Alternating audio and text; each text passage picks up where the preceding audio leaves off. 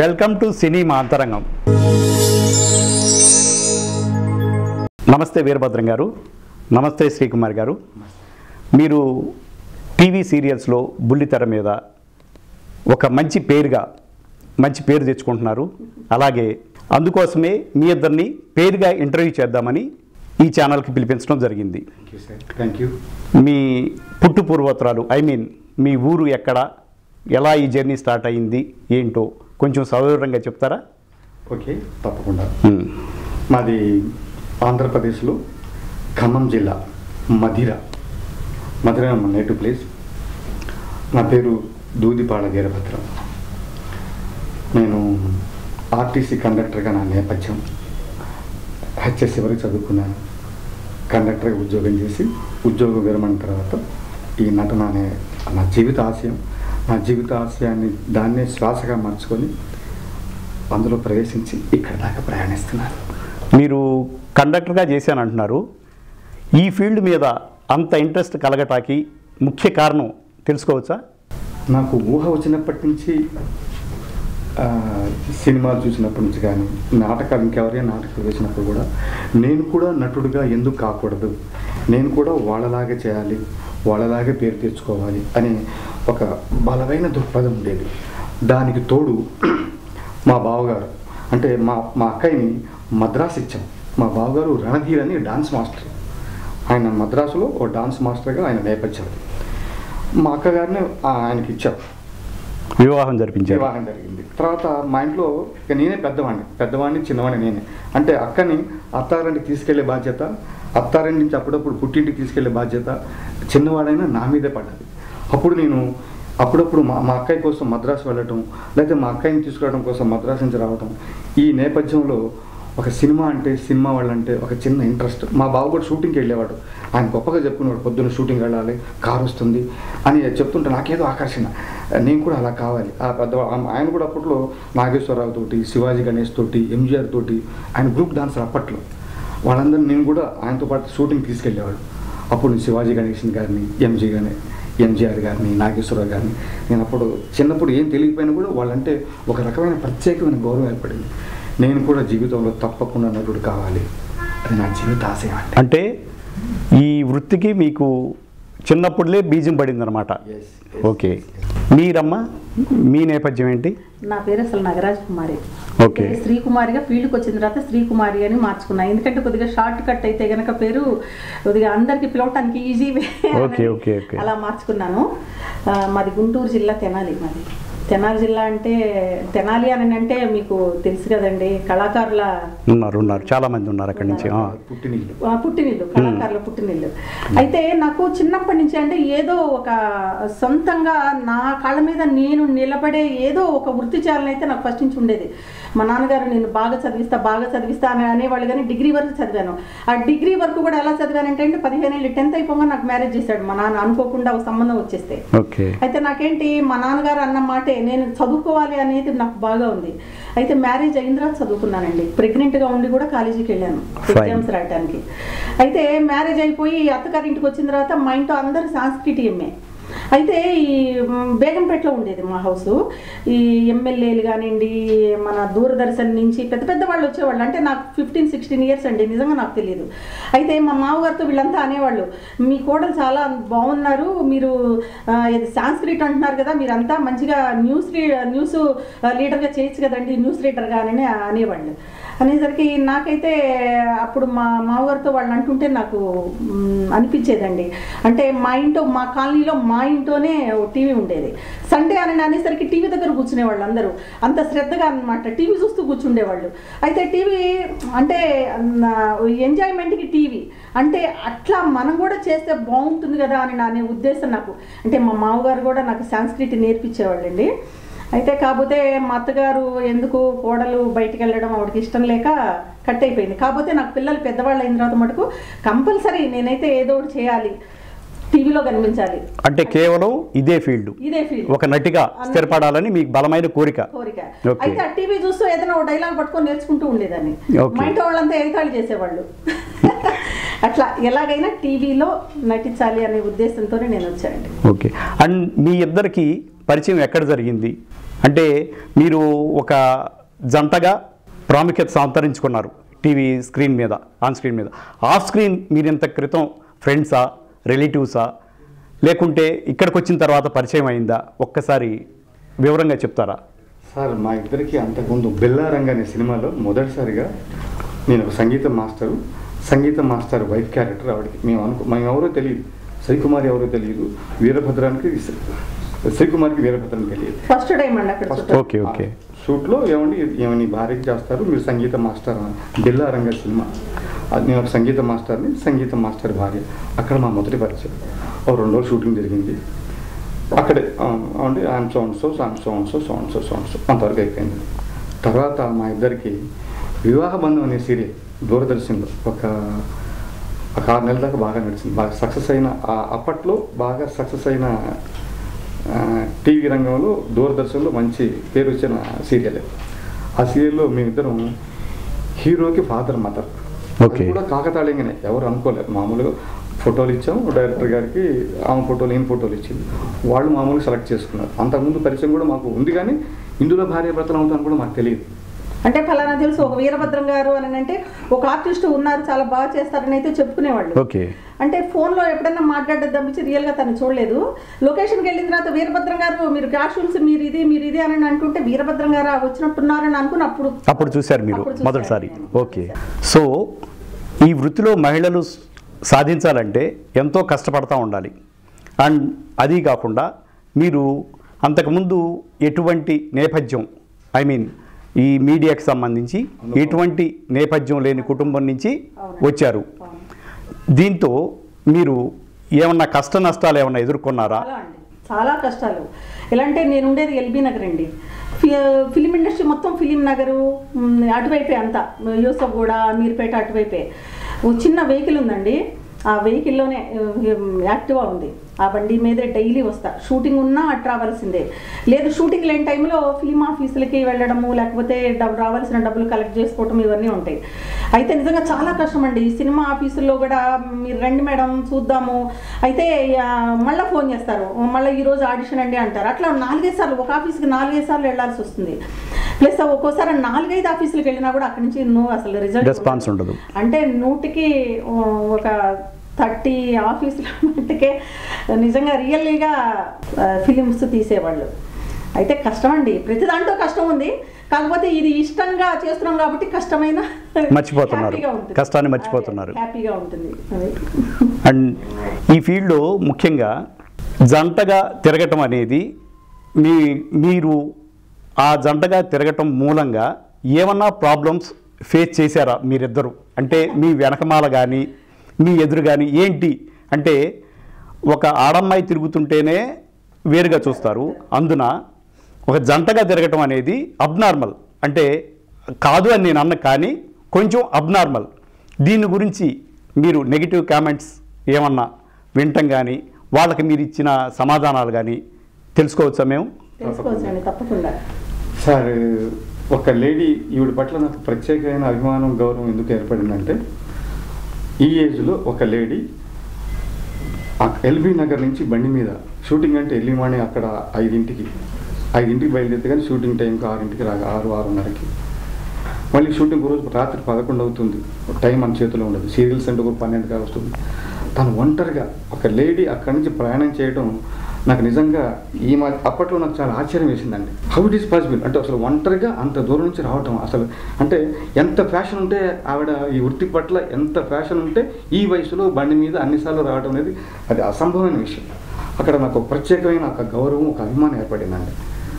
నా షూటింగ్ టైంలో మొదటి మాట ఆవిడ, నేను అంత దూరం చూస్తున్నాను కానీ నేను ఆశ్చర్యపడ్డాను. అసలు మగవాళ్ళు రావడానికి అసలు ఎల్బీ నగర్ నుంచి రావడానికి నాకు తెలిసి ఎల్బీ నగర్లో 2-3 మిత్రులు ఉన్నారు. వాడు షూటింగ్ అన్నా కూడా డబ్బింగ్ అన్నా కూడా అబ్బా అంత దూరమా, నేను రాలేను బాగా, నేను ఇప్పట్లో రాలేను, నేను రావడానికి ఈరోజు రేపు వస్తానంట. మగవాళ్ళు సైతం, వయసులో ఉన్నవాళ్ళు సైతం షూటింగ్ అంటే లేకపోతే డబ్బింగ్ అంటే రేపు వస్తాను వాయిదా వేసే పరిస్థితుల్లో ఒక లేడీ అక్కడి నుంచి రావటం అనేది, అది దట్టు ఎర్లీ మార్నింగ్, నైట్ అంటే నైట్, అది నాకు ఆశ్చర్యం వేసిందండి. అప్పుడే అనుకున్నాను, సరే ఈవిడికి నేను మోరల్ సపోర్ట్ ఇద్దాం. ఎంతవరకు తెలియదు.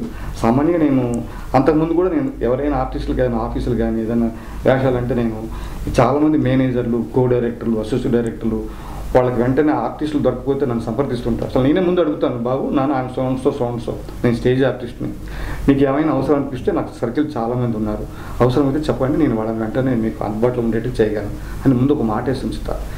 ఆ మాట ఎలా అయిందంటే చివరికి వాళ్ళు నేను అడగకుండానే వాళ్ళు అడిగే స్థాయికి అలా ఒక అలవాటుగా మారిపోయింది. ఆ అలవాటుతోటి మా మీద ప్రత్యేకంగా అభిమానం. ఒక వీరభద్రం హెల్ప్ చేస్తాడు. అలాగే నా ఫ్రెండ్ శ్రీకుమార్, నేను కూడా నా భావాలు ఆవిడ తన వేషాలతో పాటు ఇంకేమైనా వేషాలు అంటే తన మిత్రులకి, తన తోటి ఆడవాళ్ళకి, లేకపోతే ఆ కాలనీలో ఉన్న వాళ్ళకి, తనకు పరిచయం వాళ్ళకి ఎప్పటికప్పుడు రామ్మ పలానా ఆఫీస్కి వెళ్తే వేషాలు ఉంటాయమ్మా, లేదా పలానా డైరెక్టర్ గారు మంచివాళ్ళు, కొత్తగా స్క్రిప్ట్ అలా క్యారెక్టర్లు వాళ్ళు డిసైడ్ చేస్తారు, మీరు వెళ్ళండి, నేను వెళ్ళానని ఇట్లా ఒకరికొకరు చెప్పుకుంటేవాడు. ఆ నేపథ్యంలో ఒక ప్రత్యేకమైన అభిమానం ఏర్పడిందండి.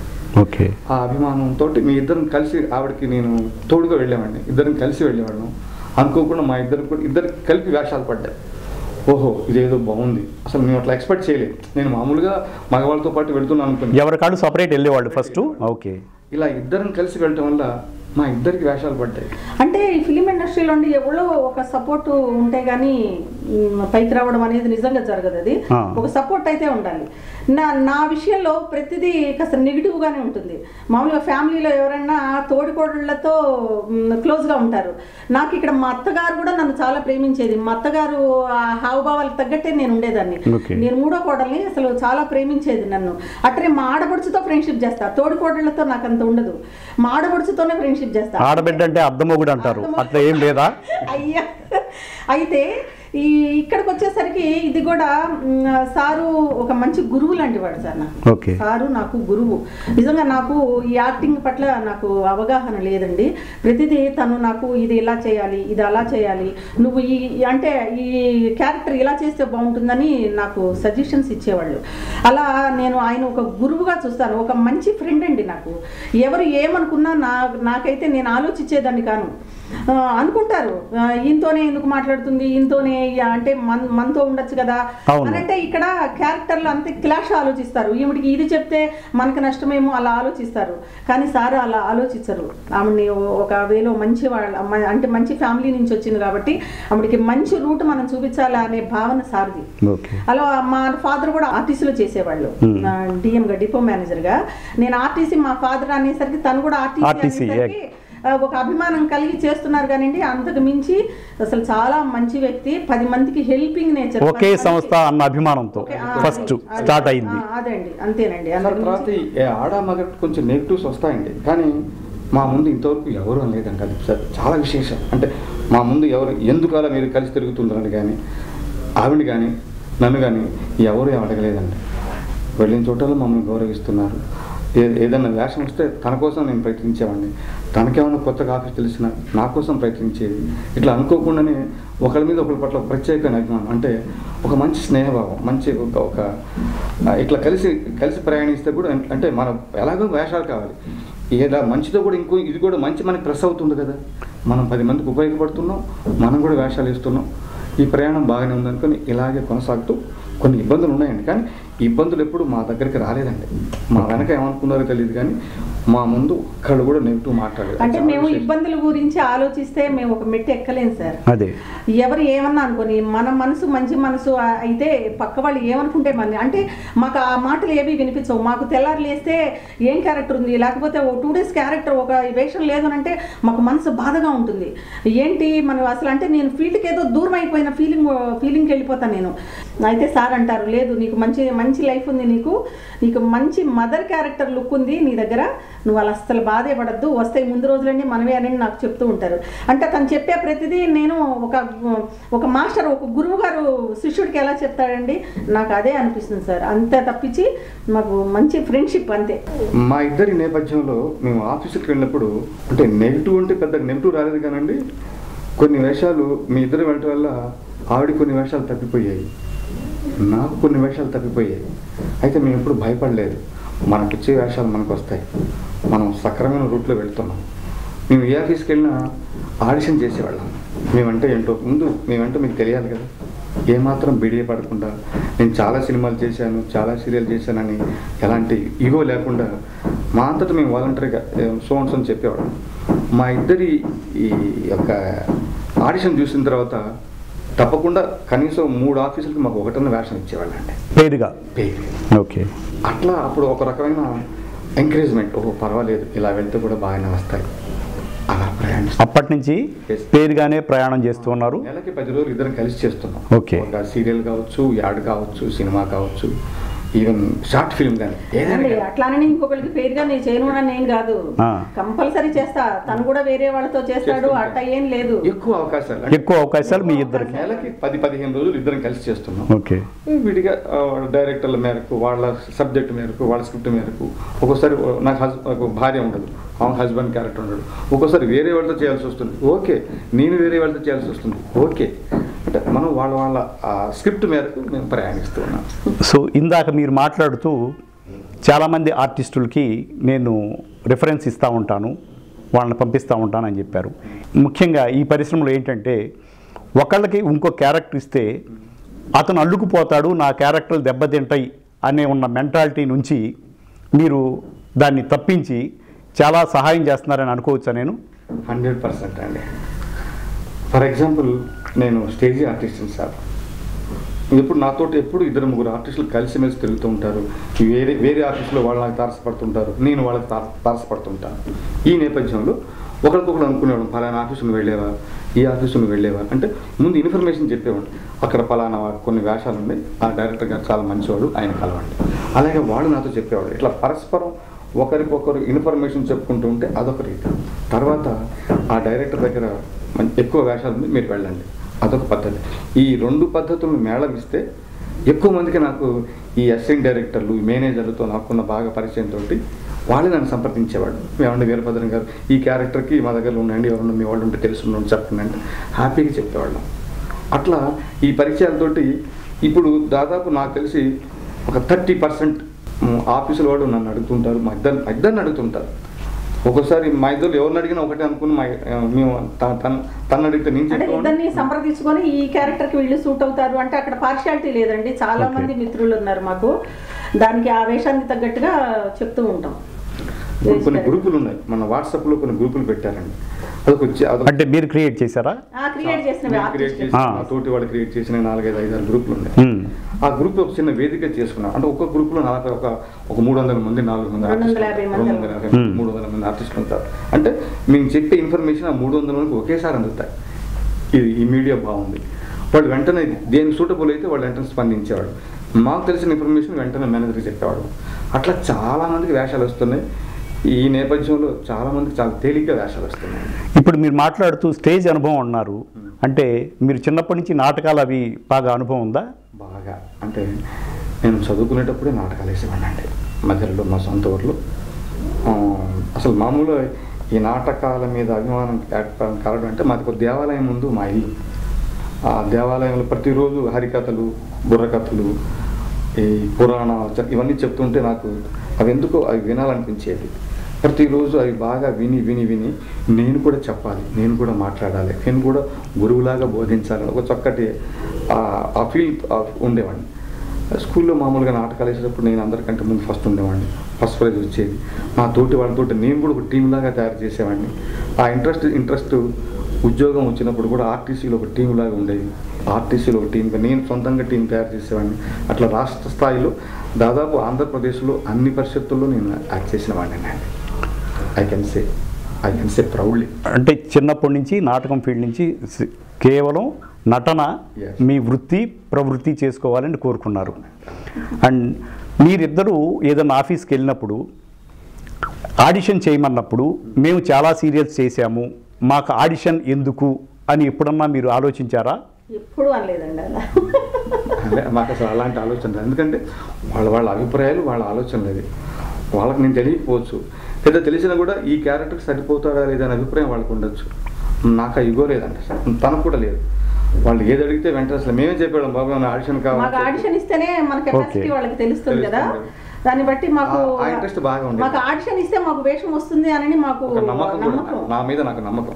అంటే ఆడిషన్ ఇస్తే మనకు తప్పకుండా వేషం వస్తుంది, ఆ దృక్పథంతో ఉండేవాళ్ళం. అంటే మీరు కొన్ని సినిమాల్లో కూడా చేసినట్టున్నారు, చాలా సినిమాలు. ఏమేమి సినిమాల్లో చేశారు ఒకసారి చెప్పగలరా? బాగా ఆడిన సినిమా నాకు తెలిసి ఈ మధ్య మినుగురు అనే సినిమా సార్, అది నంది అవార్డ్స్ 7 అవార్డులు వచ్చాయి ఈ మధ్య, ఇంకా మొన్ననే అనౌన్స్మెంట్ అయింది.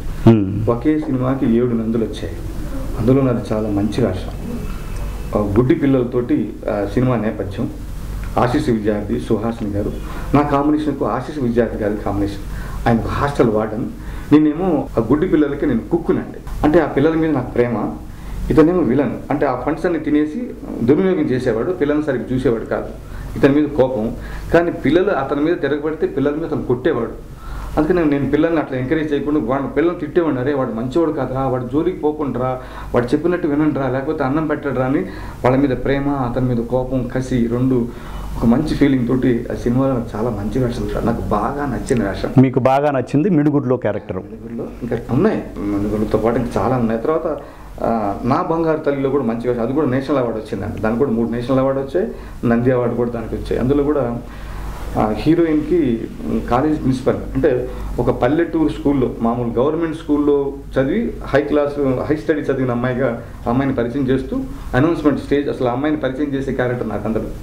అది మలయాళం తీశారు, అసైన్మెంట్ తీసుకుని తెలుగులో కూడా తీశారు, మలయాళం కూడా నేను యాక్ట్ చేశాను. ఆ డైలాగులు నా చేతనే చెప్పించారు. అంటే మలయాళం కూడా వచ్చు మీకు? వాళ్ళు చెప్పిన డైలాగ్ చెప్పేవాడిని, నాకు రాకపోయినా కూడా వాళ్ళు ఉచ్చరించనే విధంగా అలాగే ఉచ్చరించేవాడిని. వాళ్ళు కూడా బాగా నచ్చింది వాళ్ళకి. మీకు బాగా నచ్చిన క్యారెక్టర్ ఏంటో తెలుసుకోవచ్చు అమ్మా? నాకు మదర్ క్యారెక్టర్స్ అంటే చాలా ఇష్టం అండి. అంటే ఒక సుహాసిని గారి లాగా, ఒక సుధా గారి లాగా, లేకపోతే అంటే అదర్ లాంగ్వేజ్ కూడా నేను, అదర్ లాంగ్వేజ్ అంటే యాస, ఒక గోదావరి జిల్లా యాస కానీ, అటు తెలంగాణ యాస కానీ అలా కూడా మాట్లాడగలను, డైలాగ్స్ చెప్పగలను. నాకు అలా క్యారెక్టర్లు కూడా చాలా ఇంట్రెస్ట్ నాకు. అట్లనే తెలంగాణ శకుంతల గారు అంటే కూడా చాలా ఇష్టం. ఆవిడ ఇంటర్వ్యూస్ అది ఎక్కువ, అంటే నేను మాకు కొద్దిగా టైం ఉన్నప్పుడు వాళ్ళ ఇంటర్వ్యూస్ కానీ అలా చూస్తూ ఉంటాము. ఎందుకంటే పెద్దవాళ్ళు, వాళ్ళ అనుభవాలు మనకు తెలుస్తాయనే ఉద్దేశంతో నాకు ఆ టైం పాస్ అలా చేస్తాను. అంటే టైం ఉండదు మనకి, ఆ ఉన్న కొద్దిగా టైంలో కూడా ఇలా స్పెండ్ చేస్తాను అనమాట. అలా యాసలు వచ్చి అంటున్నారు, మా కోసం ఒక తెలంగాణ యాస, ఒక గోదావరి జిల్లా యాస ఒక్కసారి చూపిస్తారా? ఇంకొకసారి నా ఇనాకల ఏ పోరి నొట్టో కానీ, ఏ పోరడ నొట్టో కానీ ప్రేమ అనే మాట అయినప్పుడల్లా నీ తల్లి. అలాగే గోదావరి జిల్లాలో సాఫ్ట్ క్యారెక్టర్దా? మా గోదావరి జిల్లా అంత అందమైన జిల్లా ఓల్డ్ ఇండియాలోనే కాదండి, ఇంగ్లాండ్లో కూడా లేదని మా సోషల్ మీటర్ అనేవాడండి. అందుకే కదండి మన సినిమా వాళ్ళు షూటింగ్లు అంటే మన గోదావరి జిల్లాకే పరిగెడతారు. మా గోదావరి జిల్లాలో మమకారాలతో పాటు ఎట్టగారాలు, సరదాలతో పాటు సరసాలు కూడా బెంబాడంగా ఉంటాయండి. సార్ మీరు మా కోసం ఏదన్నా 2 డైలాగులు? నాకు అంటే అప్పట్లో ఆడిషన్కి వెళ్ళినప్పుడు తమిళ్లో వీరపాండ్య కట్టబాబు డైలాగ్ ఉండేదండి, తమిళ్ ఎక్కువ చెప్పేవాడిని. ఈ డైలాగ్తో నాకు చాలా వేషాలు కూడా వచ్చాయండి. నాకు ఆ మహానటుడు అంటే చాలా గౌరవం. ఆయనలాగా చేయలేకపోయినా ఆయన మీదంటే ఆ డైలాగ్ అంటే నాకు చాలా ఇష్టం. పైగా అందులో అప్ అండ్ డౌన్స్ బాగా ఉంటాయండి, ఆ డైలాగ్లో వేరియేషన్స్ ఎక్కువ ఉంటాయి. కిస్తీ, తిరై, ఓరి, ఒట్టి, వేడిక్కయా, வானம் படுகிறது, பூமி விடைகிறது, உனக்கு ஏன் கொடுப்பது கிஸ்தி, எங்களோடு வெயிலுக்கு வந்தாயா, ஏற்றம் விருத்தாயா, நீர் பயிற்சி நடியிலே நிறைய கண்டாயா, நாத்த நட்டாயா, களை பறித்தாயா, எமங்களை பெண்களுக்கும் மஞ்சில் அரைத்து பணி புரிந்தாயா, அல்லதம் மாமனா மச்சானா, மானம் கெட்டவனி, எதற்கு கேட்கிறாய் திரை, யாரை கேட்கிறாய் திரை, பொருடுத்து நிற்க வைக்கும் மேல நாட்டை குவித்துடும் ஜாக்கிரதை.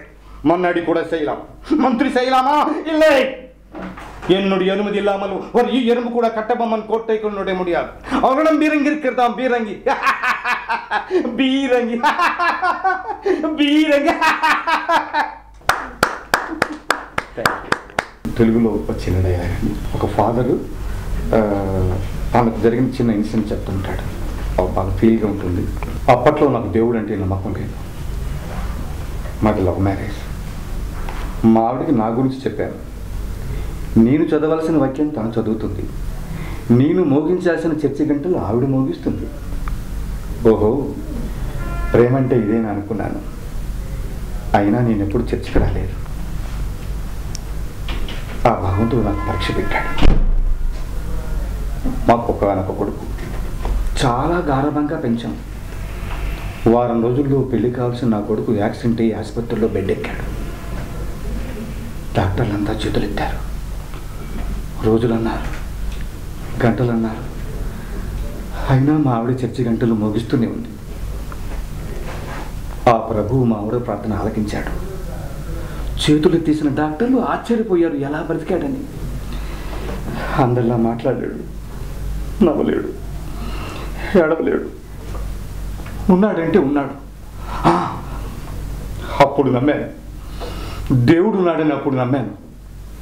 నా కాళ్ళు అరిగిపోయేంత వరకు, నా ఆస్తి కరిగిపోయేంత వరకు, నా ఊపిరి ఆగిపోయేంత వరకు ఆ దేవుడు ఉన్నాడనే మాట చెబుతూనే ఉంటాను.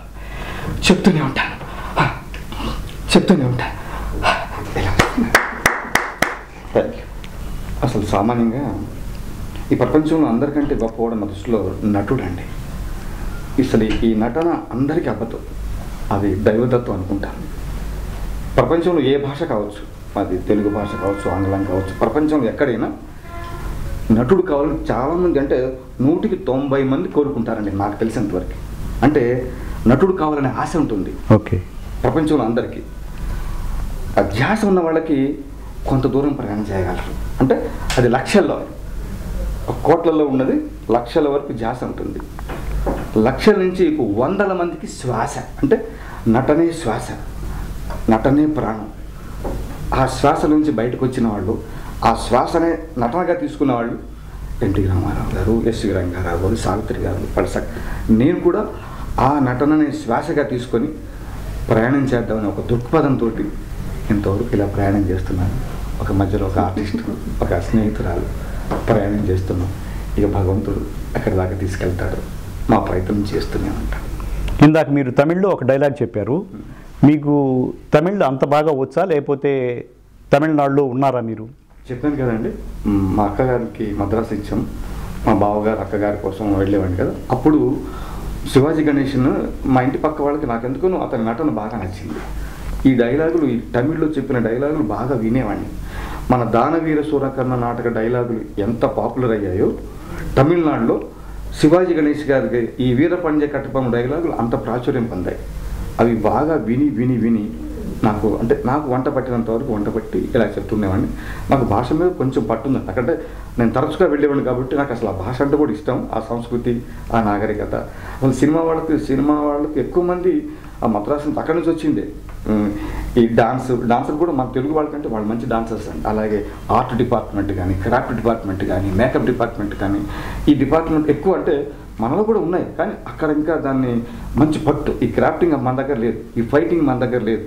అక్కడి నుంచి వచ్చినాయండి. అంటే వాళ్ళకి అంకిత భావం బాగా ఉంటుంది. అంటే ఇప్పుడు మన వాళ్ళు కూడా అంతకంటే బాగా చేస్తున్నారు. అలా చేస్తున్నారు కాబట్టి మన సినిమాలు కూడా మేము గొప్పగా అక్కడ దాకా వెళ్తున్నాయి. ఇంటర్నేషనల్ కూడా బాహుబలి అంత గొప్ప సినిమా అండి. మన తెలుగు వాళ్ళు కూడా అంత గొప్పగా అక్కడ దాకా వెళ్ళగలని నిరూపించారు మన వాళ్ళు. ఇంకా చాలా ఉన్నాయి, ఇంకా చాలా చేస్తారని నమ్మకం నాకుంది. నేను కూడా అందులో ఒక చిన్న భాగం కాగలిగాను. బాహుబలిలో ఏం చేశారండి మీరు? బాహుబలిలో మా అదృష్టం, బాహుబలి సినిమాలో మేము పార్టిసిపేట్ చేయటం మా అదృష్టం అండి. మేము ఇద్దరం కలిసి పార్టిసిపేట్ చేశాం. ఓకే. నేను బాహుబలికి 1లో కూడా నేను పార్టిసిపేట్ చేశానండి. బాహుబలి 1 సినిమాకి పనిచేసినప్పుడు నేను అందులో మాకు నటుడుగా నన్ను మేనేజర్ గారు ఒక విలేజెస్ దాంట్లో నన్ను పిలిచారండి. పిలిచి షూటింగ్ అయిన తర్వాత ఆ మేనేజర్ గారు, ఏమండి వీరభద్రం గారు, మీలాగా స్టేజ్ నటులు ఎవరైనా ఉంటే ఇంకొక ఇద్దరిని తీసుకురండి రేపు షూటింగ్కి అన్నారు. నాకు చాలామంది స్టేజ్ వాళ్ళు తెలుసండి, జమ్మా గారు, సుందరయ్య గారు, వీళ్ళందరూ నాకు తోటివాళ్ళు. నా తోటి వాళ్ళకి 2-3 తీసుకొచ్చారు. మరి రోజు ఇంకొక 4 కావాల్సి వచ్చిందండి. మళ్ళీ వాళ్ళే నన్ను అడిగి, వీరభద్రం గారు ఇంకొక 4 తీసుకురండి అంటే, మొదటి రోజు 2, రెండో రోజు 4, ఇట్లా సంఖ్య ఒక 5, 10 మంది, 15 మంది వరకు తీసుకురాగలిగారండి. ఆ నేపథ్యంలోనే ఈ బాహుబలి 2లో ఆ ప్రేమతోటి నేను కూడా ఆర్టిస్ట్గా వెళ్ళినప్పుడు నన్ను వీరభద్రం గారు ఇంకొక 30 మందిని తీసుకురండి, 40 మందిని తీసుకురండి అంటే, నేనేమో మగవాళ్ళని నేను తీసుకొచ్చేవాడిని, ఆడవాళ్ళని తను తీసుకొచ్చి అట్లా కొన్ని 100 మంది ఉపాధి కల్పించారు. 100 మందికి. అంటే వాళ్ళు చెప్తే మన 30 నుంచి 40 ఏళ్ళ లోపు 10 మంది అండి, ఈ 50 నుంచి 60 ఏళ్ళ వరకు ఒక 50 మంది అండి. అంటే వాళ్ళకి అవసరమైన మేరకు వాళ్ళు చెప్తే మేము వెంటనే మా తోటి నటులు వీళ్ళందరూ కంపెనీ ఆర్టిస్టులు అంటారండి. అంటే జూనియర్ ఆర్టిస్టులు కాకుండా కంపెనీ ఆర్టిస్ట్ ఉంటాడు. కంపెనీ ఆర్టిస్ట్ అంటే డైలాగ్ కూడా చెప్తారు. అవసరమైతే డైలాగ్, అంటే డైలాగ్ చెప్పగలిగిన వాళ్ళే కంపెనీ ఆర్టిస్టులు అంటారు. వాళ్ళ ఎక్స్ప్రెషన్ కానీ కరెక్ట్ అంటే ఇక 1, 2, 3 అంటే వీళ్ళు 2 అట్లా మేము కొన్ని వందల మందిని బాహుబలితోటి మా నేపథ్యంతో మేము వాళ్ళు తోడ్పడ్డాం. ఇది మాకు భగవంతుడు ఇచ్చిన అనుగ్రహం అనుకుంటున్నాం. చాలా మంచిదండి. ఇప్పుడు మీరు విడిగా 2-3 డైలాగులు చదివి వినిపించారు, మీరు కూడా విడిగా చదివి వినిపించారు, యాక్ట్ చేసి చూపించారు. మా కోసం పేరుగా ఒక చిన్న సన్నివేశం చేసి చూపిస్తారా? సీతాలు సింగారం మా లక్ష్మి బంగారం సీత అయ్యగారితో హుషారుగున్నారు ఇవాళ. ఏ హుషారుగా ఉండకూడదా నేను? లక్ష్మి, నేను ఒక మాట అడగనా? ఏంటండి? జీవితంలో ప్రతి మనిషి చచ్చిపోయే రోజు వస్తుంది తప్పకుండా. ఆ రోజంతా వస్తే నువ్వు నాకంటే 1 గంట ముందుగా చనిపోవాలా? అయ్యో, అదేంటండి అలా అంటారు? నీ లేకుండా మీరు ఉండలేరు కదా. ఉండలేను కదా. నీకంటే ముందు 1 క్షణం ముందు నీ ఒళ్ళు వాడిపోతాను లక్ష్మి. అవును లక్ష్మి, నువ్వు లేకుండా నేను ఉండలేను. నీకంటే ముందు చచ్చిపోతాను. అదే భగవంతుడు కోరుకుంటున్నాను. వావ్, చాలా బాగా చేశారండి. అందుకనే మిమ్మల్ని చిన్న బుల్లి తెరకి అమ్మా నాన్నగా డిసైడ్ అయిపోయినట్టున్నారు డైరెక్టర్లు అందరూ. మీకు డ్రీమ్ రోల్ అంటే ఈ క్యారెక్టర్ నాకు చేస్తే బాగుంటుంది అనే ఆలోచన కానీ అటువంటి క్యారెక్టర్ కానీ మీ మనసులో ఏమైనా ఉందా? ఉన్నాయి సార్. ఒక మంచి ఫాదర్ తన బిడ్డల్ని ఒక దేశానికి గర్వకారణంగా ఉండే బిడ్డలుగా తయారు చేయాలని, ఒక మంచి ఫాదర్ వేషం వేయాలని నాకు బాగా ఆశ. అంటే దానికి తగిన సబ్జెక్ట్ ఉండాలి. నా మనసులో ఉంది. అయితే ఏదైనా నేను నా మనసులో ఉన్న విషయాన్ని ఆ డైరెక్టర్కి చెప్పి ఆ డైరెక్టర్ని కన్విన్స్ చేయడం మామూలు విషయం కాదు. 2-3 చెప్పి ఉంచాను. అది ఏమైనా కార్యరూపం దాలిస్తే నా కోరిక నెరవేరినట్టు. మీకండి? ఉందండి. అంటే నెగిటివ్ రోల్స్ చేస్తాను, బాగానే చేస్తాను. అట్లానే ఒక సాత్వికం మంచి మదర్గా కూడా నేను చేస్తానండి. అంటే డైరెక్టర్ గారు ఏది ఇస్తే అది మటుకు క్యారెక్టర్కి మటుకు 100% న్యాయం చేస్తాను. ఆ నమ్మకం ఉంది. ఆ నమ్మకం ఉంది. అంటే ఇప్పుడు వచ్చింది నాకు ఆ నమ్మకం అనేది వచ్చింది. సార్, నేను విలన్లో కూడా బాగా చేయగలనండి. ఓకే. పాలిష్ విలన్ క్యారెక్టర్లు కూడా అంటే సాఫ్ట్. అంటే నేను స్టేజ్ ఆర్టిస్ట్ని కాబట్టి స్టేజ్లో రకరకాల పాత్రలు వేశాను. దాదాపు అన్ని రకాల పాత్రలు. ఆ పాత్రల మీద అనుభవం, ఒక పట్టు ఉంది కాబట్టి ఏ వేషం ఇచ్చినా కూడా ఆ వేషానికి న్యాయం చేయగలను. అలాగే ఆహార్యం కూడా నాకు ఏ వేషం ఇచ్చినా కూడా ఆహార్యంలో నేను కలిసిపోతాను. బట్ ఇంకా బెటర్మెంట్. అంటే ప్రతి వాడికి, ప్రతి నటుడికి ఇంకేముంటుందంటే ఇంకా ముందుకు వెళ్ళాలి. వచ్చిన అవకాశాలు కాకుండా ఇంతకంటే బెటర్మెంట్ ఉండాలనే ఆ దృక్పథంతో వెళ్తుంటారు. నేను కూడా ఆ దృక్పథంతో.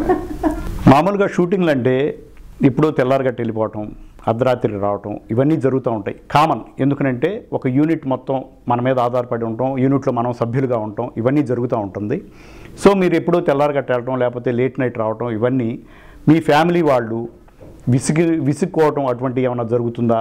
లేకపోతే మీ ఫ్యామిలీ సపోర్ట్ మీకు బాగా ఉందా? నేను ఆర్టీసీ కండక్టర్గా ఉన్నప్పుడు కూడా నేను ఒంటరిగానే ఉద్యోగం చేసేవాడిని హైదరాబాద్లో. ఇప్పుడు నటుడిగా ఉన్నప్పుడు కూడా, రిటైర్మెంట్ అయిన తర్వాత కూడా నేను వాళ్ళకి దూరంగానే ఉన్నాను. నేను ఖాళీ ఉన్నప్పుడు, వాళ్ళు ఖాళీ ఉన్నప్పుడు నా దగ్గరికి వచ్చేవాడు. కానీ నా వల్ల వాళ్ళకి ఇబ్బంది కానీ, వాళ్ళ వల్ల నాకు ఇబ్బంది కానీ, నా ఫ్యామిలీకి ఎటువంటి అలాంటిది. అంటే ఫ్యామిలీతో ఇక్కడ ఉండలేదు? లేదు. ఓకే. వాళ్ళ ఖమ్మంలో ఉంటారు, నేను ఇక్కడ ఉంటాను. వాళ్ళు మంత్లీ ట్వైస్ వస్తుంటారు. నేను ఖాళీ షూటింగ్ లేనప్పుడు నేను వెళ్తుంటాను. కాబట్టి వాళ్ళకి నేను భారం కాదు. నా వల్ల వాళ్ళకి అలాంటి ఇబ్బందులు ఉండదు. అయితే వాళ్ళ అవసరాలను సక్రమంగా ఒక ఫాదర్గా, ఒక భర్తగా నేను సరిగ్గా చూసానా లేదా, అదే నాకు వాళ్ళకి ముఖ్యం. వాళ్ళకి అదే ముఖ్యం, నాకు అదే ముఖ్యం. వాళ్ళ వల్ల నాకు ఎలాంటి ఇబ్బంది లేదు, నా వల్ల కూడా వాళ్ళకి ఎలాంటి ఇబ్బంది జరగలేదు.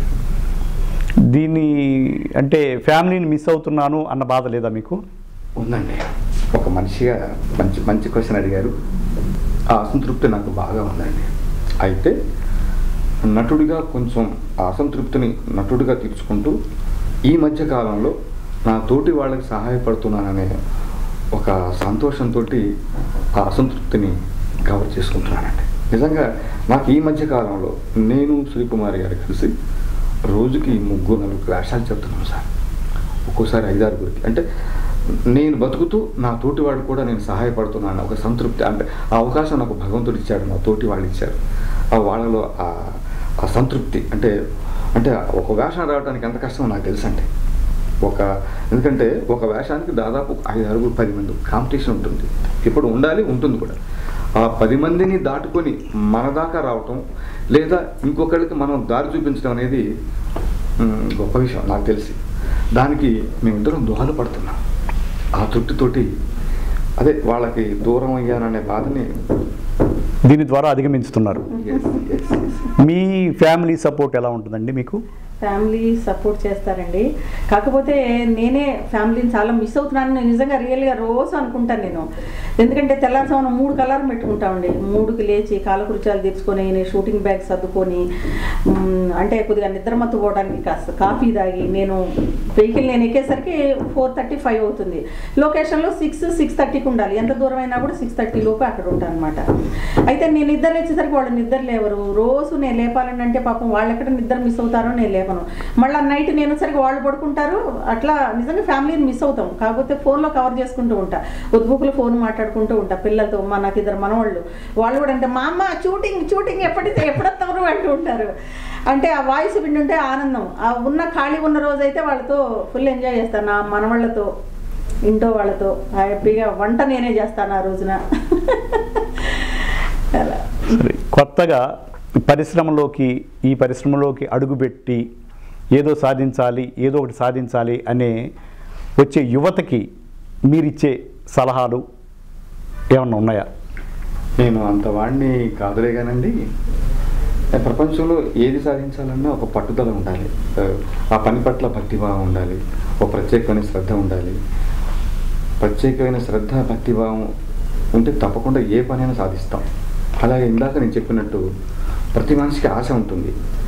ఆ ఆశని ధ్యాసగా మార్చుకొని, ధ్యాసని శ్వాసగా మార్చుకుంటే ప్రపంచంలో తాను చేసే పని ఏదైనా తను చేసే రంగంలో అభివృద్ధి సాధించగలనే నమ్మకం నాకుంది. అట్లనే అందరూ అలా అనుకుంటే తప్పకుండా వాళ్ళ ఏమిని సాధిస్తారని నా సలహా. ఏ పని చేసినా అంకిత భావంతో చేయాలి. చావు రేవు చేద్దాం అనుకుంటే చేయాలి. అలా చేస్తే తప్పకుండా నెరవేరుతాయి, సక్సెస్ అవుతారు 100%. మీరమ్మ మహిళలకి గౌరవం తక్కువ అంటారు ఈ పరిశ్రమలో. అటువంటి బాధలను ఏమన్నా ఎదుర్కొన్నారా? వచ్చే వాళ్ళకి మీరు ఇచ్చే సలహాలు అంటే ప్రతి వృత్తిలోనూ ఉంటాయండి కష్టాలు. అందులో ఈ పరిశ్రమలో కొంచెం ఎక్కువ అని అంటారు. ఉంటాయి. అది మనం ఎంచుకునే మార్గమే మంచి మార్గాన్ని ఎంచుకుంటే మన జోలికి ఎవరు రారండి. అదైతే 100% నా విషయంలో అయితే నేను చెప్తాను. అంటే ఒక చెడు వైపు మనం వెళ్ళకూడదు. మన గోల్ ఏంటి, ఆ గోలే ఆలోచించాలి. మనం ఎందుకు చేస్తున్నాము, ఇండస్ట్రీలోకి ఎందుకు వచ్చాము, ఆ గోల్లో ఉంటే ఎవరైనా విజయం సాధిస్తారు.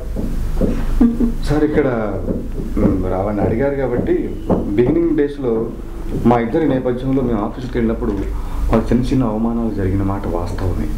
అయితే ఆ అవమానాలని మేము తట్టుకున్నాం. అంటే ఎలాగైనా ఒక మంచి దారిలో, ఒక సక్రమమైన మార్గంలో, ఒక నిజాయితీ మార్గంలో ప్రయాణించాలనుకున్నాం. అంటే సామాన్యంగా నిజాయితీకి కొన్ని ఒడిదొడుకులు తప్పవండి.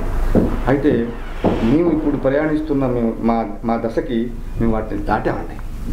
ఓకే, మమ్మల్ని గౌరవిస్తారు. అలాగే మేము రికమెండ్ చేసిన ఆర్టిస్టులు కూడా గౌరవిస్తున్నారు. ఆ స్థాయికి వచ్చాం. అంటే మమ్మల్ని ఎవరు అసలు మాకు అభ్యంతరకరమైన మాటలు మాతో మాట్లాడరు. అలాగే మేము రికమెండ్ చేసిన ఆర్టిస్టులు, మేము ఎవరికైనా మేనేజర్లు, కో డైరెక్టర్లు అడిగిన ఆర్టిస్టులు మేము పంపించినప్పుడు వాళ్ళకు కూడా ఎలాంటి అగౌరవం కానీ ఎలాంటి భంగపాటు కానీ జరగదు. అంటే ఆ స్థాయికి వచ్చామండి. ఇక్కడ దాకా వచ్చినందుకు నిజంగా మేము సంతోషంగా ఉన్నాము. ఇంకా దీన్ని ఇలాగే కొనసాగిద్దాం. అంటే ఫీల్డ్లో మీరు అన్నట్లు కొన్ని ఉన్నాయి, అంటే అవి నేను మాట్లాడకూడదు. వాటిని అధిగమించాలనే అది మటుకు మా ఇద్దరికి ఉందండి. మేము చాలా వరకు అధిగమిస్తున్నాం, ఇంకా అధిగమించగలనే నమ్మకం మాకుందండి. ఓకే. అండ్ మీరు సీనియర్ నటులు, ఒక సన్నివేశం డైరెక్టర్ వివరించినప్పుడు మీరు పలానా విధంగా చేద్దాం అనుకుని చేసినప్పుడు డైరెక్టర్ ఇలా కాదు ఈ విధంగా చేయండి అన్నప్పుడు మీరు ఫీల్ అయిన సందర్భాలు, లేకుంటే ఎందుకు నేను కరెక్టే కదా అని ఆయనతో విభేదించిన సందర్భాలు ఏమైనా ఉన్నాయా? నేను ఆ స్థాయి నటుండి కాదండి. నాకు కూడా 2-3 సార్లు డైరెక్టర్ చెప్పినప్పుడు అది చాలా తక్కువ. అంటే ఆ పాత్ర స్వభావం మనకు అంటే నేను రంగస్థల నటుడిగా నాకున్న ఈ నేపథ్యంలో ఆ పాత్ర స్వభావం ఆ సన్నివేశం నాకు కూడా ఒక అవగాహన ఉంటుంది. నేను ఆల్రెడీ రంగస్థలంలో డైరెక్టర్ని. నేను కూడా సినిమాలో పిఎల్ నారాయణ గారికి అసిస్టెంట్ డైరెక్టర్ సినిమాకి చేశానండి, ఊరేగింపు. అంటే సినిమాకి అసిస్టెంట్ డైరెక్టర్ నుంచి సినిమా పూర్తయ్యేలోపు నేను కో డైరెక్టర్ని. అంటే ఆయన అభిమానం అంతగా పొందేవాడిని. ప్రమోషన్తో వచ్చేసారు అక్కడ వరకు ఒక సినిమాతోనే. అంటే అంత గాఢంగా. అప్పుడు నేను ఆర్టీసీ కండక్టర్గా ఒక 4 నెలలు సెలవు పెట్టి ఖమ్మంలో ఊరేగింపు అనే సినిమా జరిగిందండి. ప్రొడ్యూసర్ రవి గారు ఉండేవాడు. పిఎల్ నారాయణ గారికి పరిచయం చేస్తే ఆయనకి బాగా దగ్గరయ్యాను. పిఎల్ నారాయణ గారు నన్ను అసిస్టెంట్ డైరెక్టర్గా చేస్తూ నాకు వేషం కూడా ఇచ్చారు. ఆ వేషం అతని దగ్గర పనిచేస్తూ ఆ సినిమా అయ్యేలోపుగా కో డైరెక్టర్ అంటే మధ్యలో చాలామంది వెళ్ళిపోయారు. నేను అవి భర్తీ చేసుకుంటూ అక్కడి దాకా వెళ్ళాను. నాకు తెలుసు కాబట్టి ఇప్పుడు నాకు ఎక్కడన్నా డైరెక్టర్లు కథ చెప్పినప్పుడు నాకు వెంటనే డైలాగ్ చెప్పినప్పుడు మనకు అర్థమవుతుంది మన క్యారెక్టర్ ఇది. ఓహో, మనం ఒక ఫాదర్, లేకపోతే ఒక ఉపాధ్యాయుడు, లేకపోతే ఒక జడ్జి ఎలా ఉంటారో దానికి నిర్దిష్టమైన కొన్ని ఉంటాయి. అదే పౌరాణిక పాత్రలకి భీముడు ఇలా ఉండాలి, దుశ్శాసనుడు ఇలా ఉండాలి, కొన్ని ఉంటాయి. వాటికి ఎవరేం చేయలేదు. వాటికి భిన్నంగా కొంతమంది సన్నివేశాన్ని చెప్పినప్పుడు నేను ఎప్పుడు ఎవరికి ఎదురు చెప్పలేదండి. నా మనసులో అనుకునేవాడిని, అయ్యో అది కాదే అని కొంచెం ఫీల్ అయ్యండి. మళ్ళీ మనం ఆ స్థాయి కాదు మనసులో. ఎవరైనా డైరెక్టర్కి ఏది కావాలో అది ఇవ్వాలి కాబట్టి మనం గౌరవించాలి. ఓకే, వాటర్ ఇట్ మేబీ అని మనసుని కూడబట్టుకొని అది నా పని కాదనుకొని డైరెక్ట్గా అనుగుణంగానే చెప్పానండి. నేను ఎవరికి ఎప్పుడు వ్యతిరేకంగా మాట్లాడలేదు. బాధపడ్డ సన్నివేశాలు ఉన్నాయండి, ఒకటో రెండో ఉన్నాయి అనిపించింది, కానీ నేను నిమిత్త మాత్రమే. ఏదైనా వాళ్ళు చెప్పినట్లు విన్నాను. వాళ్ళు ఎలా చేయాలో అలా చేసేవాడిని అండి, విరుద్ధంగా చేసేవాడిని కాదు. నా మనసులో ఉన్నా కూడా అలా చేసేవాడిని కాదు. ఎందుకంటే నేను ఒక డిసిప్లిన్ గల నటుడిని. ఎందుకంటే నటుడుగా నేను చాలా ప్రయాణం చేయాలంటే ఏ వ్యక్తిని పోకూడదు, ఏ వ్యక్తికి నేను దూరం కాకూడదు. అంటే నేను ఒక జయంతో పనిచేస్తున్నాను సార్. అంటే నేను ఒక ఎయిమ్ అంటే ఒక మంచి నటుడు కావాలంటే అందరికీ మంచిగా ఉండాలి. డైరెక్టర్కి మంచిగా ఉండాలి, మేనేజర్కి మంచిగా ఉండాలి, కో డైరెక్టర్కి మంచిగా ఉండాలి, అసిస్టెంట్ డైరెక్టర్కి మంచిగా ఉంటారు, ప్రొడ్యూసర్కి మంచిగా ఉంటారు. ఇంతమందికి మనం అనుకూలంగా ఉంటేనే మనం అక్కడ దాకా పోతాం. ఎందుకంటే ఈ ఫీల్డ్లో పెద్ద కాంపిటీషన్ సార్. అంటే ఎప్పుడు మన గురించి ఆలోచిస్తుంటారు. అంటే మనం కాసేపు పాత్ర పట్ల అశ్రద్ధ చేసినా, లేకపోతే చిన్నంగా మనం మేకప్ చేసుకోకపోయినా కూడా ఆలోచిస్తుంటాడు. ఏంటి నేను చెప్పి చాలాసేపు అయిందిగా మేకప్ చేసుకొని ఏంటి ఇంకా చేసుకో. నా వేషం పొద్దున్నే పిలుస్తారు, అర్థమైంది, సాయంత్రం దాకా నా షాట్ రాదండి. అయినా సరే పొద్దున్నే మేకప్ చెప్పి మేకప్ చేసుకోలేదు. మనం చేసుకోలేదు అనుకోండి, ఏంటి నేను చెప్తే మేకప్ చేసుకోలేదు, అలాగా అంటే ఇవన్నీ రేపటి నుంచి అంటారు. అంటే అవి రాకుండా, ఎందుకంటే అవి రాకూడదు కూడా. ఎందుకంటే ఇక్కడ ఒక డిసిప్లిన్ గల ఒక నటుడుగా ఉండాలి. అంటే వాడు చెప్పింది మనం చేయాలి. సరే వాళ్ళ పర్సనల్ మనకు అనవసరం. మనం ఒక సైనికుడిలాగా ఉండాలి, అప్రమత్తంగా ఎప్పుడు వాళ్ళు ఏం చెప్పితే అది చేయాలి. అట్లా చేస్తేనే ఇక్కడ దాకా రాగలిగారు. ఓకే, మీరు కష్టపడి చేసిన క్యారెక్టరు అని అంటే నేను ఇంట్లో ప్రాక్టీస్ అవుతూ ఉంటాను సార్. నాకు ఒక స్కూల్స్ కానీ అంటే యాక్టింగ్ స్కూల్స్ చాలా ఉంటాయి. నేను స్టేజ్ ఆర్టిస్ట్ని అయితే కాదండి, కానీ ఒక పట్టుదల అని అంటే అది నేర్చుకోవాలంటే ఖచ్చితంగా కష్టమైన నేర్చుకుంటా. స్లాంగ్ ఏంటి, యాస ఏంటి, ఏదైనా నేను మాది తెనాలి చెప్పాను కదా, తెలంగాణ యాస బాగా మాట్లాడతాను. అలానే రాయలసీమ యాస కూడా నేను బాగా మాట్లాడతాను. అంటే ప్రాంప్టింగ్లో అని అంటే మరి తప్పనిసరి అయితే యాస గురించి తీసుకుంటాను, కానీ మామూలుగా అయితే ప్రాంప్టింగ్ తక్కువే తీసుకుంటాను. ఇప్పుడు మీరు అన్నారు రాయలసీమని, మా కోసం రాయలసీమ యాసలో ఒక డైలాగ్ చెప్పగలరా? చెప్తారండి, చెప్పండి. సత్తిరెడ్డి తలుపులేసాయి, కూసో. ఈరోజు రాణి రుద్రమాదేవి శాస్త్రం చెప్తా ఉంటా, శ్రద్ధగా వినండి. మీరు చాలా సాఫ్ట్గా కనపడుతున్నారు, చాలా రౌద్రం చూపిస్తున్నారు మాకు. రౌద్రం ఉన్నారు కాబట్టి ఈవిడలో అంటే అసలు ఈవిడ గురించి చాలామంది తెలియదండి. నేను ఫస్ట్ సైట్లో ఈవిడ చూసినప్పుడు ఒక మంచి ఆర్టిస్ట్ ఉందని నేను గమనించానండి. అంటే ఈవిడ మామూలు వేషాలు ప్రయత్నించేది. నేను కాదమ్మా, నీలో మంచి ఆర్టిస్ట్ ఉన్నారు, నువ్వు ఒక మంచి మదర్గా, ఒక గయ్యాళిగా, అంటే ఒక నెగిటివ్ షేడ్స్ ఉన్నాయి నీ ఫేస్లో, పాజిటివ్ షేడ్స్ ఉన్నాయి.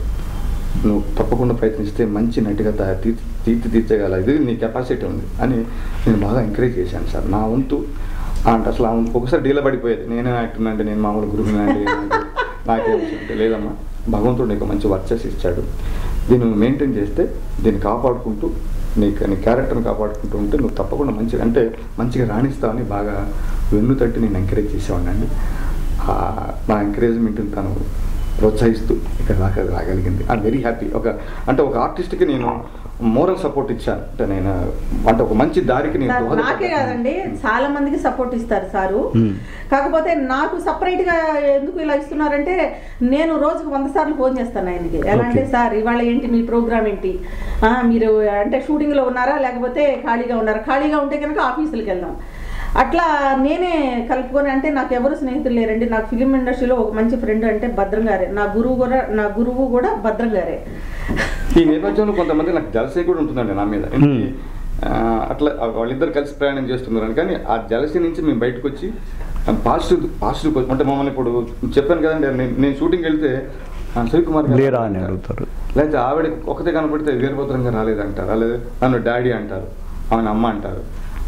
ఇట్లా అట్లా ఆ పిలుపుతో కూడా మేము ఇంతమందికి అమ్మ అనిపించుకోగలం, నాన్న అంటే ఎవరు ఉంటారండి అసలు ఈ ఫీల్డ్ సామాన్యంగా పిలుపులు చాలా తక్కువ ఉంటాయండి. నాకు తెలిసి అంత ఆప్యాయత, అంటే ఇంకోటి నాకు వాళ్ళ ఆప్యాయతకి పిలుస్తున్నారో లేకపోతే నాటకంగా పిలుస్తున్నారో నాకు అర్థం అవుతుందండి. నా స్వరం తెలిసిపోతుందండి, చక్కగా ప్రేమగా వెటకారంగా పిలుస్తున్నారు కూడా మనకు తెలిసిపోతుంది. కానీ చాలా మంది వాళ్ళు హృదయపూర్వకంగా అమ్మ నాన్న ఆ పిలుపుతోటి మేము నిజంగా వాళ్ళు చాలా మంది హెల్ప్ చేస్తున్నాం. అంటే అయ్యో పాపం ఈ అమ్మాయి ఇలా పిలిచిందే, ఆ పిలుపు మనం న్యాయం చేద్దాం అని నాకేమైనా అవకాశం వచ్చినప్పుడు, లాగా నాకు అవకాశం రాకపోయినా కూడా కో డైరెక్టర్ సార్ ఫలానా అమ్మాయి బాగా చేస్తుందండి, ఏమైనా వేషం ఉంటే చెప్పండి అలా అంటే అసలు ఎవరు తెలియపోయినా కూడా అట్లా చెప్పిన సన్నివేశాలు చాలా మంది. కానీ మాకు అట్లా చెప్పిన వాళ్ళు ఎవరు లేరండి. కాబట్టి మేము బాగా కష్టపడ్డాం. ఆ కష్టం ఎదుటి వాళ్ళు పడకూడదు అనే ఉద్దేశంతో కూడా మేము గెలిపి చేస్తున్నాం. అంటే నా మెంటాలిటీ అదే, తన మెంటాలిటీ అదే, కాబట్టి ఇక్కడ కలిసినాయి. అంటే 2 పిల్లర్స్ లాగా పనిచేస్తున్నాం ఫిలిం ఇండస్ట్రీలో. ఒక న్యూ జనరేషన్ ఎవరైనా వచ్చిన వాళ్ళకి చక్కగా మంచి వేషాలు కానీ అలా చెప్తూ ఉన్నాం. సార్ ఇట్లా బాహుబలిలో మేము ఇట్లా ఎలా హెల్ప్ చేసామంటే, వాళ్ళు పేమెంట్ కూడా మాకే ఇచ్చేవాళ్ళు అండి. అంటే మేము ఎంతమంది తీసుకెళ్తే అంతమందికి వాళ్ళు ఫిక్స్ చేసిన పేమెంట్ వరకు కరెక్ట్గా ఇచ్చేవాళ్ళు. అవి ఒక్కొక్కసారి లక్షల్లో ఉండేది. నేను లక్షల్లో అంత డబ్బు నేను చూడలేదండి, నా మటుకు నేను చూడలేదు. నేను మామూలు కండక్టర్ అంటే ఎంత అండి 5,000, మహా అయితే 10,000, మహా అయితే 20,000. అంటే ఒక రోజు కలెక్షన్ 20,000 కంటే ఎక్కువ చూసినవాడిని కదా. నాది చిన్న కుటుంబం, అంటే నేను పేద కుటుంబం చూసినవాడిని కాబట్టి నాకు 20,000 కంటే ఎక్కువ తెలిసేది కాదు. కానీ వీళ్ళు లక్షల్లో ఇచ్చేవాళ్ళు. డబ్బులు చూసే బ్యాంక్ నుంచి డ్రా చేసుకోవడానికి భయపడేవాడిని. కానీ తనకి ఈ డబ్బులు చూసిన చాలా ప్రావీణ్యత ఉంది. అసలు లెక్క పెట్టడం కూడా నాకు రాదండి. తను 2 చేతులతో లెక్క పెట్టేది, అలా ఇచ్చేది. అట్లా మేము కొన్ని లక్షలండి, అంటే దాదాపు 60-70 లక్షలు మా చేత పంచిపెట్టామండి.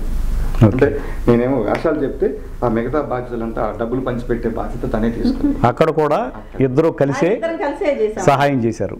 అట్లా మేము చెప్పిన వాళ్ళు చాలా మంది 40,000 స్కూటర్లు కొనుక్కున్నాను. నాన్న మీ స్కూటర్ కొనుక్కున్నాను, నాన్న స్వీట్ తీసుకున్నాను, ఏమంటే మీకు ఈ పని చేసామంటే మీకు ఈ సినిమా వల్ల మాకు ఇంత డబ్బులు వచ్చాయండి అని వాళ్ళు కృతజ్ఞతతో చెప్తుంటే మాకు ఎంతో ఆనందంగా. అంటే ఆన్ స్క్రీనే మీరు పేరెంట్స్ కాదు, విడిగా కూడా మీ తోటి ఆర్టిస్టులు కూడా అమ్మా నాన్నగానే ఉండిపోయారు.